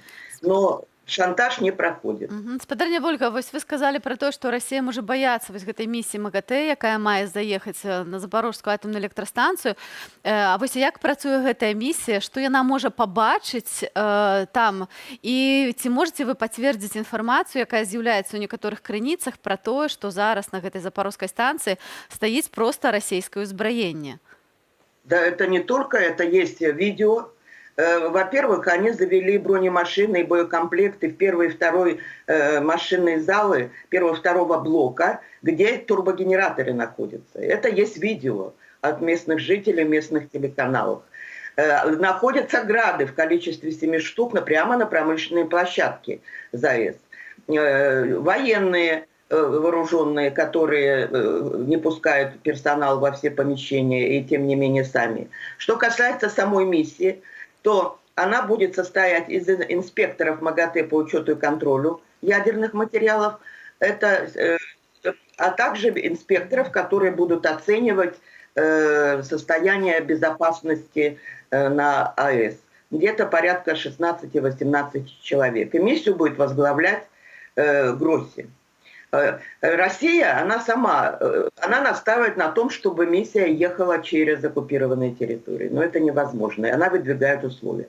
В свою очередь Украина выдвигает условия, чтобы в составе миссии не были эксперты-граждане Российской Федерации. Чтобы персонал МАГАТЭ из граждан Российской Федерации не участвовал в подготовке миссии, в подготовке доклада, в обсуждении и вообще украинский парламент требует лишения права голоса Российской Федерации в МАГАТЭ на Совете управляющих, а также изоляции, прекращения всех программ научно-технического сотрудничества с Российской Федерацией. Это правильно, я считаю. Потому что государство ядерный террорист, к тому же бывший гарант Будапештского меморандума, когда Украина отказывалась от ядерного оружия, это впервые в истории вообще происходит захват ядерных объектов, работающих атомстанций, в том числе крупнейшей АЭС в Европе. И то, что они шантаж используют и атомную станцию как щит для того, чтобы обстреливать мирных жителей в Никополе и Марганце, и при этом дезинформируют и просто нагло врут в каждой ноте, которую они отправляют в МАГАТЭ, что типа из Марганца обстреливают ЗАЭС украинские вооруженные силы, что не соответствует действительности, никто не верит этому. Ну вот Россия обвиняет украинскую сторону в обстрелах, в провокациях, украинская сторона, соответственно, обвиняет российскую. Что мы сейчас можем ожидать все-таки от миссии МАГАТЭ, если удастся ей попасть на атомную электростанцию? И вот после того, как будет отчет о миссии МАГАТЭ, то есть на что это, собственно, может повлиять, что это изменит? Потому что давно уже говорим о том, что должна попасть туда миссия МАГАТЭ, после того, как она туда попадет, что мы получим? Дело в том, что 6 августа сначала, 5-го начались обстрелы активные со стороны российских военных. Еще я бы хотела сказать, что работники Росатома являются корректировщиками огня. То есть они дают указания российским военным куда стрелять, так, чтобы было страшно, но не повредить критические элементы инфраструктуры на Запорожской АЭС, потому что Запорожскую АЭС они таки планируют переключить на Крым и в объединенную энергосистему. И им нужна работающая, безопасная атомная станция, потому что это квест украсть целую атомную станцию. Не зерно, а целую атомную станцию. Миссия МАГАТЭ. 6 числа Гройсман на своей официальной странице МАГАТЭ перечислил столпы безопасности, которые нарушены, и это очевидно. Например, физическая целостность ЗАЭС, радиационный мониторинг, персонал, который работает под дулом автомата, то, что не поступают расходные материалы, запасные части, нет уверенности в безопасности и так далее. Поскольку это уже все опубликовано, он не может позитивный какой-то высновок сделать. Понятно, что они не имеют инструментов там выписать штрафы, завести уголовное дело. У них нет таких полномочий, это структура ООН. Но пребывание там миссии, они поедут на ООНовских машинах. ООНовские машины, это департамент безопасности ООН будет, значит, с ними, я так думаю. А вот, как они ездили на оккупированных территориях, ну, не МАГАТЭ ездила, а другие там на ООНовских, ЮНИСЕФ, например, и так далее, когда были боевые действия еще до 24 февраля. Поэтому пребывание миссии стабилизирует ситуацию, и я думаю, что и уменьшатся вот эти провокационные обстрелы Российской Федерации.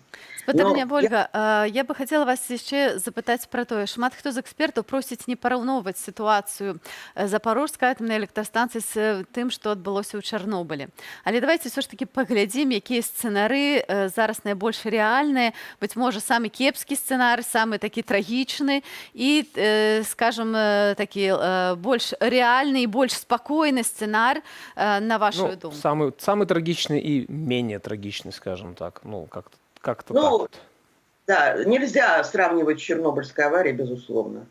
Значит, вот есть расчеты, и они вот вчера Институт гидрометеорологии Украины показал возможное распространение радионуклидов при погодных условиях 15-18 августа, значит, при условиях тяжелой аварии с расплавлением активной зоны в одном реакторе на Запорожской станции при условии потери внешнего энергоснабжения и теплоносителя первого контура. Я хочу подчеркнуть, что такие расчеты, вот эта такая авария рассматривалась в отчете по анализу безопасности после внедрения мероприятий с учетом уроков Фукусимы. То есть в энергоблоках Запорожской станции есть, на Фукусиме был водородный взрыв, потому что при расплавлении активной зоны выделяется водород, который является взрывоопасным газом, смешиваясь с воздухом. Вот в Украине реализованы мероприятия, например, химическая реакция, такие приборы, рекомбинаторы водорода. То есть в случае тяжелой аварии водород будет ликвидироваться с помощью химических реакций на этих приборах.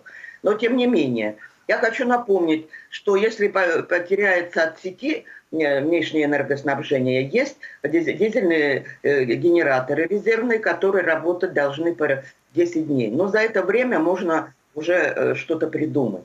Но вот Укргидроинститут наш метеорологии, вот он показал, что при вот тех ветрах и атмосферной, так сказать, ситуации будет распространение, значит, и в том числе на страны Балтии, не только Украина пострадает. Вот в случае юго-западного и западного ветра, значит, радиоактивный вынос будет на территории Российской Федерации, Краснодарский край, Кубань.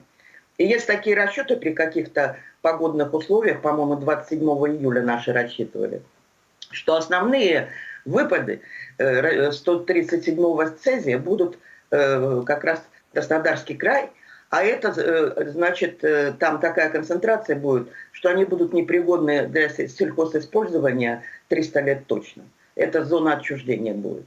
Потому что 10 периодов полураспада надо, а цезия 137-го 30.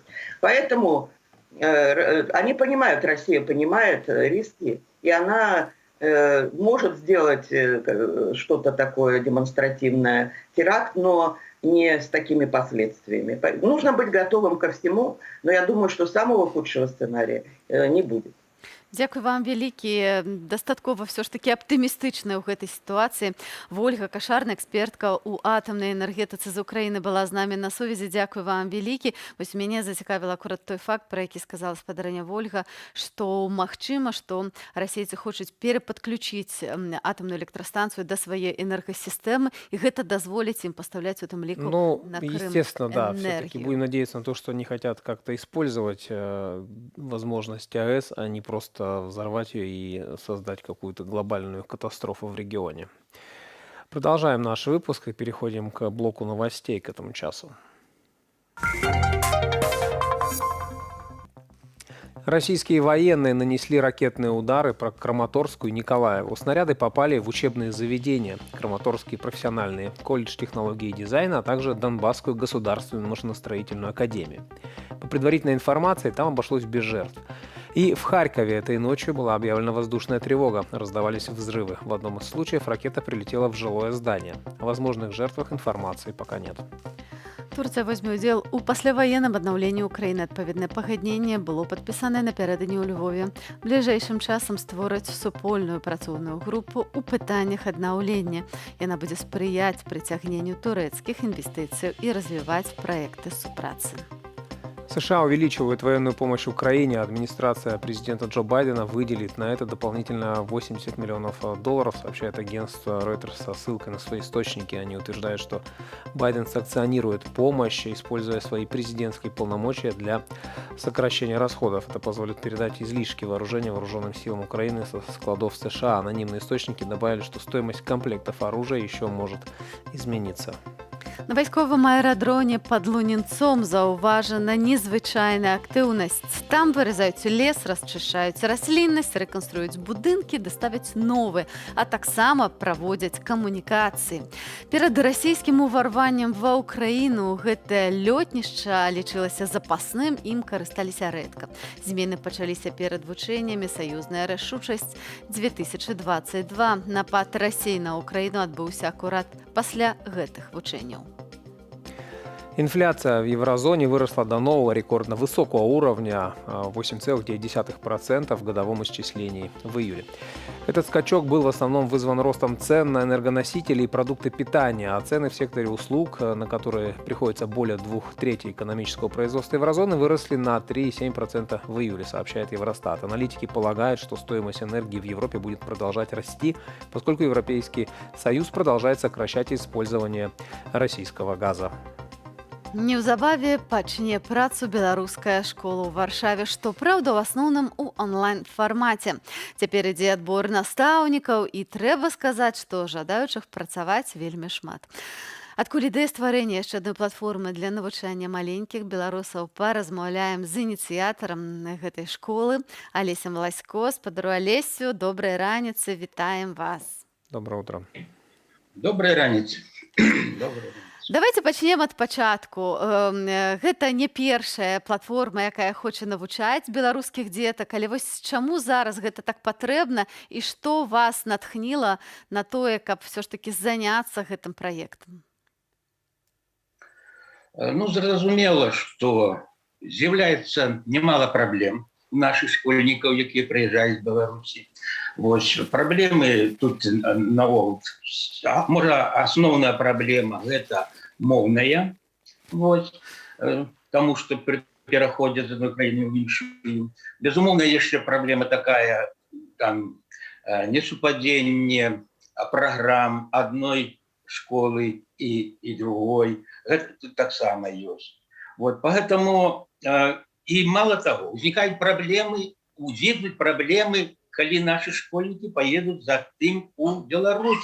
Оказывается, яны не вучылі ни беларускай мовы, ни гісторыі Беларусі, ни геаграфіі Беларусі, што ёсць у беларускім навучанні. І поэтому і в Беларусі зноў скажуць, што прабачце, мало што вы ў Польшы загубілі год, придется яшчэ і тут так само губляць год ці колькі, каб вось программу порівняти з белорусской. Вот, поэтому возникла такая думка зробити школу, каб дети так само были зроднены з землей своей, ведали мову, вось, ведали свою культуру, свою историю. Поэтому возникла школа онлайн. Ці гэтая школа будзе выдаваць нейкія дакументы, ці вы плануеце так сертыфікаты, атэстаты, бо гэта таксама важна, бо все ж таки ёсць абавязак навучання не толькі ў Беларусі, а таксама і в Польшчы, і ў іншых краінах дзеці мусяць хадзіць у школу і мусяць быць вось у гэтай сістэме навучання. Ну, на жаль, не. Потому что сертификаты об навучании повинны выдавать, скажем, польский бок, коли вучатся не в Польше, это официально тут отрымливают. Вот. А у Беларуси так само. Есть такая махчимость, это дает закон об эдукации в Беларуси, что школьники могут затем сдавать, скажем, экстерном. И у Беларуси они могут отрымливать затем документы. То бок гэта будзе школа замена на звычайнай школы ці як дадатковыя заняткі? Школа выходного дня. Да, ну, выходного дня. Хотя, конечно, это и не выходный день, мы будем навучаться и в іншие дни. Вот. Поэтому вот, да, до речі, документ мы можем только давать, скажем, ведомости, звычайно, вот, за навучание. Вот. Може, гэта, калі дадаткова, то гэта дадаткова да польскай як бы адукацыі. Вось. Ну, гэта, я думаю, што вельмі важная ініцыятыва беларускім дзеткам сапраўды не хапае тым, хто вымушаны былі з'ехаць, і не хапае вось гэтага кантакту з радзімай, з мовай беларускай. А вось пытанне расейскай мовы. Ці вы будзеце выкладаць расейскую мову ў вашай школе, які план? Ну, виникає так, коли сапраўды, коли мы хочем, каб все-таки затым наши дети повновартасно училися далей, працягвалі навучанне у беларускай школе, то логично там, до речі, прадугледжана, до речі, аднолькава гадзін на вывучэнне беларускай мовы і рускай мовы у школах з рускага навучання і беларускага навучання. Поэтому логично трэба ведаць і беларускую мову і літаратуру. Вось. Але я разумею, што узнікнуць такія пытанні у многіх наших школьников, бацькоў. Вось. Поэтому мы все-таки пошли на тое, каб вось беларускую мову вывучаць па жаданні. До речі, у польских школах так само русскую мову вывучают, ну, безумовно, як замежную.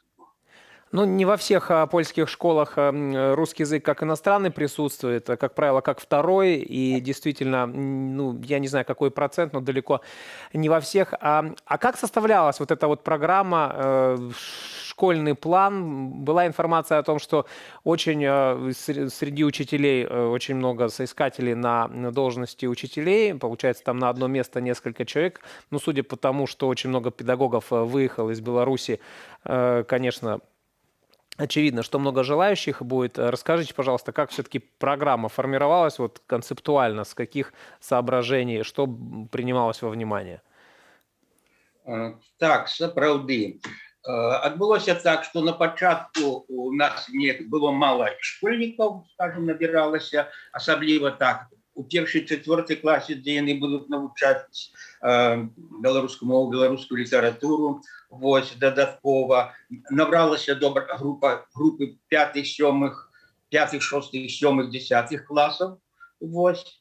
І таксама, па сутнасці, да, дзе будуць вывучаць яны дадаткова там сусветную мастацкую культуру, гісторыю Беларусі, да, беларускую мову, вось тут. Але таксама, па сутнасці, ад усіх школьных узростаў школьнікі былі заявы. Вось. Так атрымалася, што было мало настаўнікаў, а тут вось, трошки в сродках масавай інфармацыі прайшла, вось, такі нейкі кліч. вось невялікі, ім просто сапраўды нас закидали заявами. Атрымалася, што вот цяпер на сённяшні час у нас маецца на увазе 100 таких жадаючых, прычым мы як бы шукалі, каб зручней было навучаць, значит, заявы былі не толькі ад Польшы, дзе пражываюць нашы педагогі, што выехалі ў розныя краіны, але і педагогі з Сербіі, То бок Літвы, геаграфія вельмі шырокая Беларусі. тых людзей, якія жадаюць шырокая, працаваць у гэтай безумоўна. школе. Спадару Алесю, дзякуем вам вялікі за гэтую размову. Жадаем плёну вашай вельмі важнай ініцыятыве. Мы яшчэ нагадаем нашым гледачам, што запісацца ў гэтую школку можна яшчэ падаваць свае вакансіі, калі вы хочаце паспрабаваць сябе ў якасці настаўніка. І важны аспект, што гэтая школа будзе працаваць абсолютна бясплатна. Я думаю, што гэта таксама пэўны аргумент, калі вы все ж таки захочаце аддаць сваё дзіцё і паспрабаваць все ж таки пацягнуць Иногда беларускую это даже школу. главный аргумент для принятия каких-то подобных решений. Ну, я не ведаю, думаю, што все ж таки аргументы розныя ва ўсіх, а мы все ж таки застаемся вось у гэтай культурніцкай тэме. Калекцыя аўтэнтычных строяў беларускі Ольгі Дзенкі пакажуць на Metropolitan Fashion Week у Лос-Анджелесе і Сіэтле. Кінавытворца, прадусарка Ольга жыве ў Сіэтле і захоплена збірае і рэстаўруе аўтэнтычныя беларускія, а з нядаўняга часу і украінскія строі. Супольна са сваёй групай «Воля» яна стварыла найбуйнейшую калекцыю беларускіх строяў у свеце за межамі Беларусі. На падставе гэтай калекцыі ўжо выйшаў альбом, у якім паказаны беларускія святочныя ўборы канца 19-га, пачатку 20-го стагоддзя. Як падбіралі мадэляў, як здымалі для альбому, мы даведаліся ад самой Вольгі. Калі пачалась вайна, то, дарэчы, альбом быў гатовы 23 лютага, амаль ужо быў гатовы, і было проста незразумела, як яго выпускаць, што рабіць, але мы просто вырашылі, што зараз, менавіта зараз трэба падтрымліваць любую ініцыятыву ці любую беларускасць, якую толькі можна. Для гэтага альбома у мяне так апынулася, што былі таксама мужчынскія строі. Яны былі не проста мужчынскія строі, а, скажам, кобрынскі строй. Абедзве кашулі вышывала адна і тая ж майстрыца. І ён строй 19 стагоддзя, ён просто фантастычна касмічны, і вельмі хацелася, каб яго прадставілі, прадставіць. У першым каталозе ў мяне здымалася сястрычка маёй хрэсніцы, але яна падлетак, і ставіць ёй нейкага там хлопца ці мужика побач было неяк, так. І я пайшла шукаць па мадэльных нашых агенцыях. Але ў нас тут ізноў такі Сіэтл, то вельмі шмат, скажам, карэнных хлопцаў, нейкіх такіх з рызынкамі. Яны ўсе проста шалёна прыгожыя, але яны дакладна, ніяк яны не ўпадалі ў беларускую кашулю. І тут я згадала, што калісьці, зноў-такі ў 2009, хіба 2008 нават, я працавала з Антосем, ён з Беларусі, ён з Менску, і ён мне дапамагаў таксама у маіх працах. Я з ім здымала дыпломныя фотаграфіі. І я ведала, мы з ім падтрымлівалі сувязь праз Фейсбук, я ведала, што ён ажаніўся, і што ў яго такая проста найпрэкраснейшая жонка. Я ў яго запытала: хлопцы, дзяўчаты, ці здолееце вы мне дапамагчы? Ён паразмаўляў з Дашай, яны прыехалі, і так атрымалася, што Жэнечка, якая мне дапамагала з першым альбомам, яна просто не здолела долучыцца да здымак вельмі доўгі час, і таму мы амаль усё адздымалі з Дашай, а для Жэні пакінулі ўжо такія зусім дзявочыя строі. Незвычайная гісторыя, фантастычная, абсалютна натхняльная ад беларусаў, якія памятаюць пра свае карані, хоць жывуць вельмі далёка ад нашай радзімы. Тым часам я хацела яшчэ на хвіліначку вярнуцца ў Беларусь, і калі ва ўсім свеце інтэрнэт-крамы робяць усё, каб людзі як мага больш набывалі ў іх, нават робяць абсалютна бескаштоўнымі звароты, так? То в Беларусі зусім іншая платформа.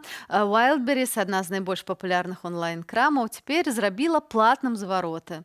То бок, калі ты купіла сукенку, яна табе не пасуе, то 3 рублі мусіш заплаціць, каб мець магчымасць яе вярнуць. Як табе, Ігор? По-моему, сначала это была в России опробовано, если я ничего не путаю. Потому что я уже слышал такую новость, вроде бы даже из российских источников, что теперь, если что-то не подошло, и ты хочешь вернуть, то это будет тебе стоить денег. Я, правда, не знаю, есть ли такие случаи, когда вернуть дороже, чем купить, и вот ты не знаешь, возвращать или не покупать, или вообще что делать. Я думаю, хутчэй за не покупаць.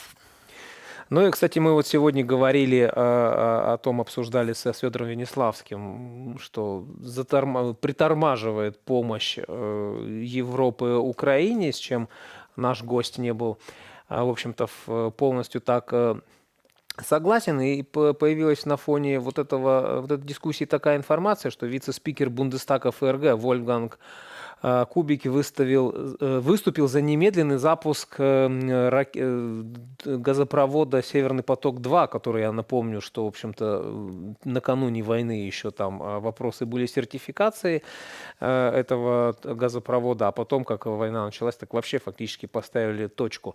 Ну и сейчас вот вице-спикер говорит о том, что газ из «Северного потока-1» не отличается от газа, который мог бы пойти по трубе «Северного потока-2». Это всего лишь другая труба. Но мы видим, к сожалению, что на фоне того, что приближается зима, и Германия уже подсчитывает такие потенциальные, скажем так, уроны экономики от того, как будут переживать зиму, все больше вот таких голосов слышится, что хорошо бы запустить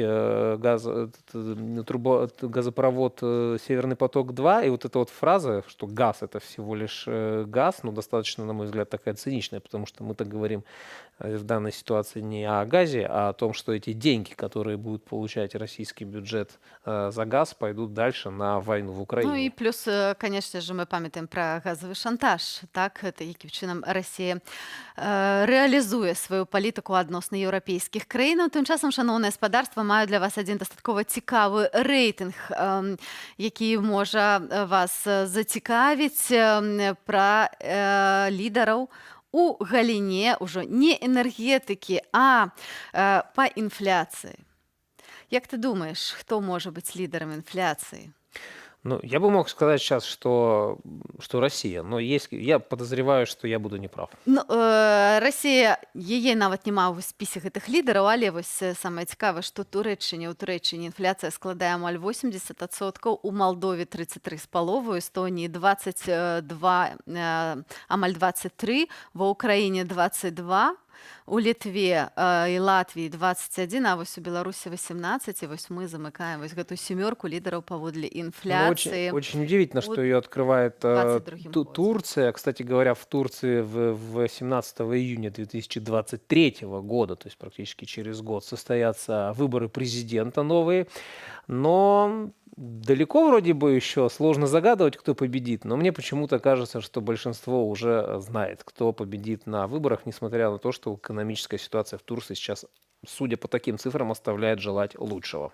Шановне господарство, і ось для порівняння тільки додам, що агулам по єврозв'язі інфляція складає амаль 10%. Шановне господарство, ось скончилися наші 2 години ранішнього ефіру. Ми вельми вдячні всім тим нашим глядачам, які провели з нами гэту інформаційну раніцу. Працювали для вас мы, я Алина Ковшик и мой коллега Игорь Винявский. Да, ну вот на такой экономической ноте мы закончим нашу сегодняшнюю студию. Экономист по образованию, спасатель по призванию. С начала войны украинка Наталья Попова занимается эвакуацией диких животных из горячих точек страны, спасенных зверей, лечит и реабилитирует в созданном Натальей приюте под Киевом, а затем отправляет туда, где созданы природные условия для их существования. Об этот материал, об этом вы буквально через несколько секунд уже увидите на своих экранах. А мы на этом с вами прощаемся. Оставайтесь с Белсатом. Всего доброго. До встречи.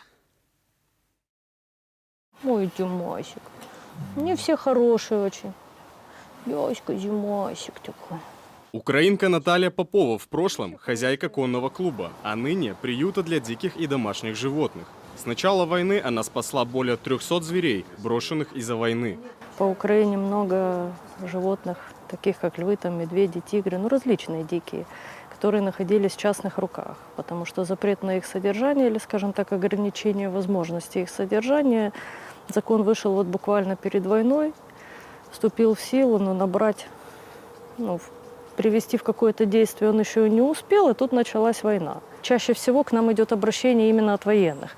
Они где-то воюют, вот как между Славянском и Краматорском, на линии фронта, и находят этих животных. То есть владельцы убежали, никого нет, а сидит то лев, то тигр. В эвакуационных поездах Наталью сопровождают военные и волонтеры организации UA Animal. Анестезию крупным особям женщина делает самостоятельно.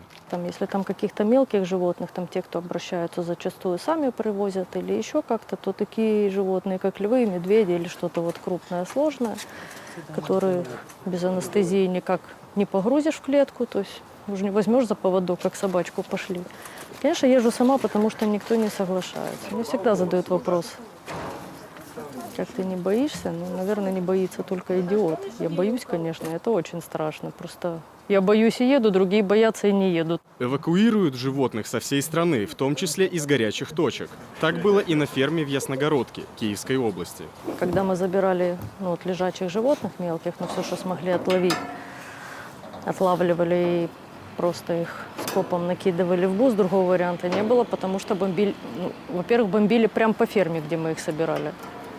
То есть у нас один снаряд прилетел 70 метров с одной стороны, до нас не долетало, вот все, что он поднял, не знаю, метров 10-15, и 100 метров в другую сторону. После курса лечения в приюте и оформления соответствующих документов животные отправляются в Польшу. Там украинских питомцев принимают в Познанском зоопарке, а затем перевозят в такие страны, как Испания, Франция и ЮАР. С начала войны в такое путешествие отправилось около 200 животных. Мы бы могли сразу лететь теоретически в Африку, но сейчас это невозможно, у нас самолеты не летают, и поэтому единственный возможный трансфер – это через Европу.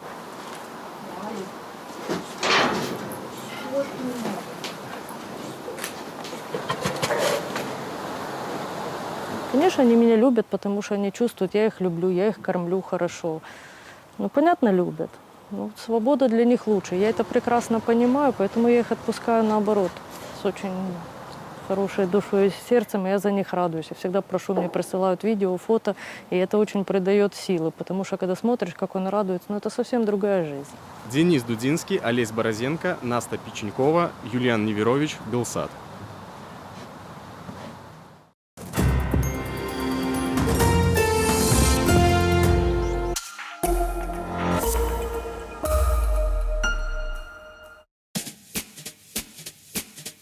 Віктору, вітаю! О, привітання. Як маєшся? Дивось, викинув телевізор. Ён перестав ловить Белсат. Треба дзвонити по новій. Вітя, ну ти з усім. Треба просто обновити, наладити.